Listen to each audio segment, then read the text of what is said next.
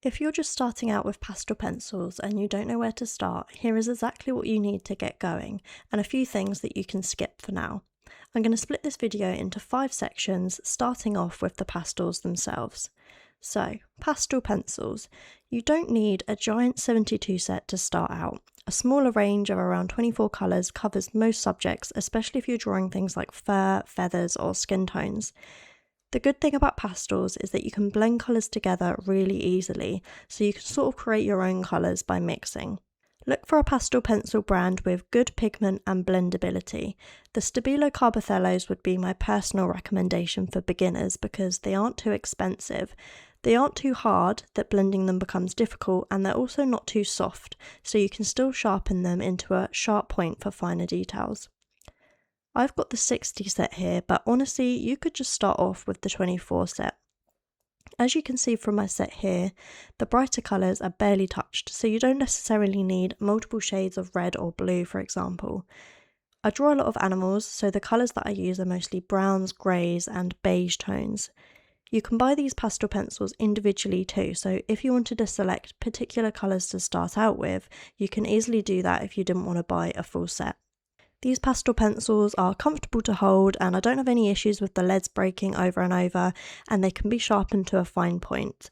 I'll get into my recommended sharpening tools later on in the video. These pencils also have good light fast ratings for the most part, so they're suitable to use for professional artwork, which is likely to be put on display. Some of the reds and pinks don't have great light fast ratings, but that is often to be expected. Another pastel item I would recommend for beginners are pan pastels. Now, these aren't necessarily something you need straight away, but they definitely help massively with my drawing process. These are compressed pastel in a pan form, which can be used to base drawings to speed up the process and map out your colours early on. These are quite expensive, so I don't recommend getting loads of them straight away, but you could easily start off with 2 to 3 colours in the colours that you use the most. When choosing a pan pastel to use for a base layer, I usually go for a mid-tone. So if I'm drawing black fur, I'll choose a dark grey, or if I'm drawing light brown fur, I'll start off with a dark beige colour base. Pan pastels can also be mixed really easily, so you can create your own colours. If you draw animals and wildlife, I'd potentially start off with a white, a beige and a brown. That is plenty to get you started. If I was to start my collection all over again from scratch, I would probably choose titanium white, burnt sienna extra dark, and yellow ochre tint. I'm hoping to make a video soon where I go into more depth about pan pastels, so keep your eyes peeled for that video if you would like to know more. Next up is paper. There's only one type of pastel paper that I use, and it is the Clairefontaine pastel matte paper. It's got a lightly textured sandpaper-like texture, but it also feels quite soft and velvety at the same time. It's got a very unique texture. I've only tried a couple of other pastel papers in the past and I hated them. This is the only paper that I get on with and I love it.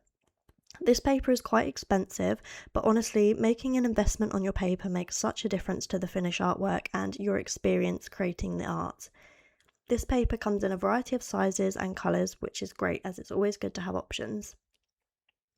You can buy individual sheets in small sizes or in really large sizes, and you can cut the sheets down to whatever size you want, or you can buy them in pads which come in a selection of various colours.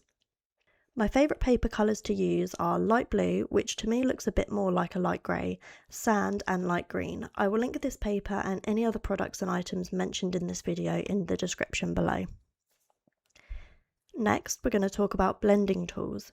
Most importantly are blending stumps. These are basically sticks of compressed paper which you can use to blend out the pastel on the paper, and honestly I could not live without these. They are super cheap and you can buy them in packs which come with various sized ones. I use these the most for blending out base layers or to create smooth blended finishes. I don't think I've got a single piece of pastel artwork where I haven't used these blending stumps. Also, if you do decide to get pan pastels, soft tools are the best tools to use for them. These ones in particular are my favourite. They're like a plastic stick applicator and you can replace the sponge on the end. You can get round tip ones or squared tip ones depending on what sort of effect you're looking for.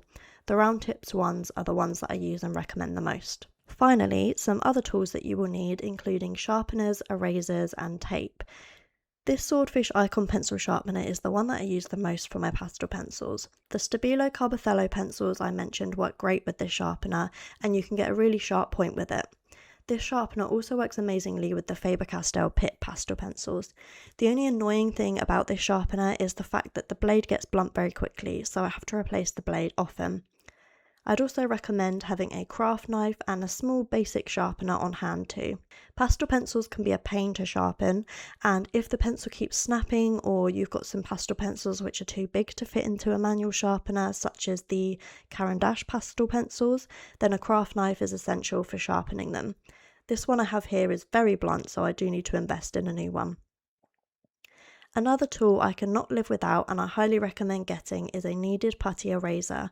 I use this all the time to lift off any pastel I've accidentally put where I don't want it, or if I've accidentally made an area too dark. Sometimes I also drop my pencils and get some pastel on the paper where I don't want it, and this kneaded eraser can be used to dab over the pastel and it gently lifts it off the paper, erasing any mistakes. Another tool that is really handy to have is some Scotch Magic tape.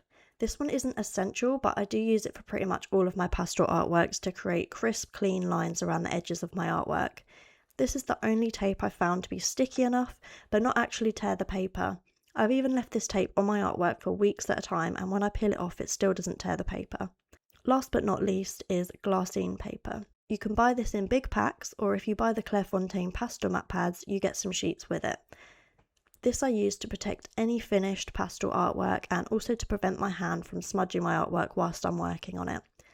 When I first started out, I bought a huge pack of glassine paper from Jackson's Art online, and 6 years later I am still using the same pack. It's just lasted me ages. And that is everything that you need to get started with pastel pencils without overspending before you know what you actually like. If I was starting out from scratch, these are the things that I would be buying. If this video was helpful, please subscribe for more. I've got a pencil brand comparison on pastel pencils, and I'm hoping to do a paper comparison at some point as well, and a more in-depth video on pan pastels. All of the items and products talked about in this video will be linked in the description below if you're interested in purchasing any of them for yourself. Please give the video a like if you enjoyed it, and hopefully see you in my next video. Bye for now.